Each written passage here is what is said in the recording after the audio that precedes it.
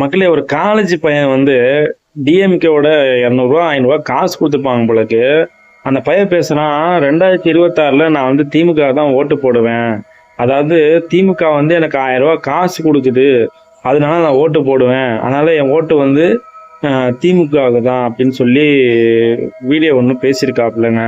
ஆனா நம்மளுடைய கொள்கை வந்து 2026ல எப்படியும் மக்களுடைய ஆட்சி நம்ம பிடிச்சே ஆகணுங்க. ஏன்னா மக்கள் ஒண்ணுமே புரியாம யாருக்கு ஓட்டு போடணும், யாரை ஜெயிக்க வைக்கணும், 1000 ரூபா காசுக்காக மக்கள் தேவையில்லாம ஒரு தலைவரை, அதாவது இருக்கிற தலைவரை தேர்ந்தெடுக்கிறாங்க.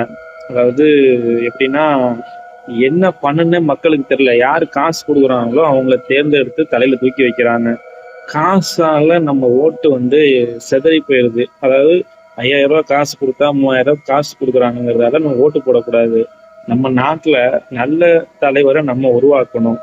ஏன்னா அப்படிதான் நம்ம பெரியாரு, நம்ம பெரிய பெரிய அரசியல்லாம் அப்படிதான் பண்ணியிருக்கிறாங்க. அந்த மாதிரிதான் நம்மளுடைய ஆட்சியும் இப்பவும் இருந்துகிட்டு இருக்கு. அந்த அப்படி உள்ளவங்க தான் ஒருத்தர் 2 பேர் தான் இப்பவும் நாட்டுல நல்லது செய்வாங்க.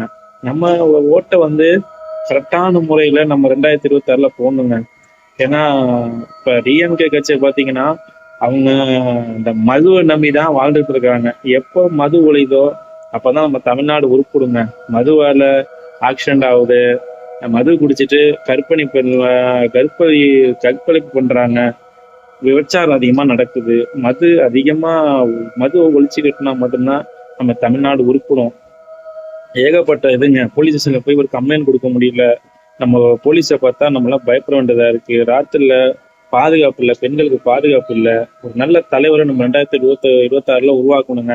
முடிஞ்ச அளவுக்கு உங்க ஓட்டை வந்து உங்க கையில தான் இருக்கு. 2026 நெருங்கிட்டு வருது. ஓட்டை உங்க பிரெயினை யூஸ் பண்ணி போடுங்க. போட்டா மட்டும்தான் நமக்கு 2026ல ஒரு விடுதலை கிடைக்கும். இல்லைன்னா இந்த இஸ்ரேலுக்கும் ஈரானுக்கும் அமெரிக்கானுக்கு எப்போ சண்டை நடக்குதோ அது மாதிரி தேர்தல் நம்ம தமிழ்நாட்டுல சண்டை நடந்துட்டு இருக்கு. நீங்க தான் நல்ல ஆட்சியை உருவாக்கணும். நம்ம கையில தான் இருக்கு. நம்ம ஓட்டைய கவனமா போடுங்க. போட்டா மட்டும்தான் நம்ம வாழ்க்கையில முன்னேற முடியும். ஒரு புது தலைவனை உருவாக்குங்க.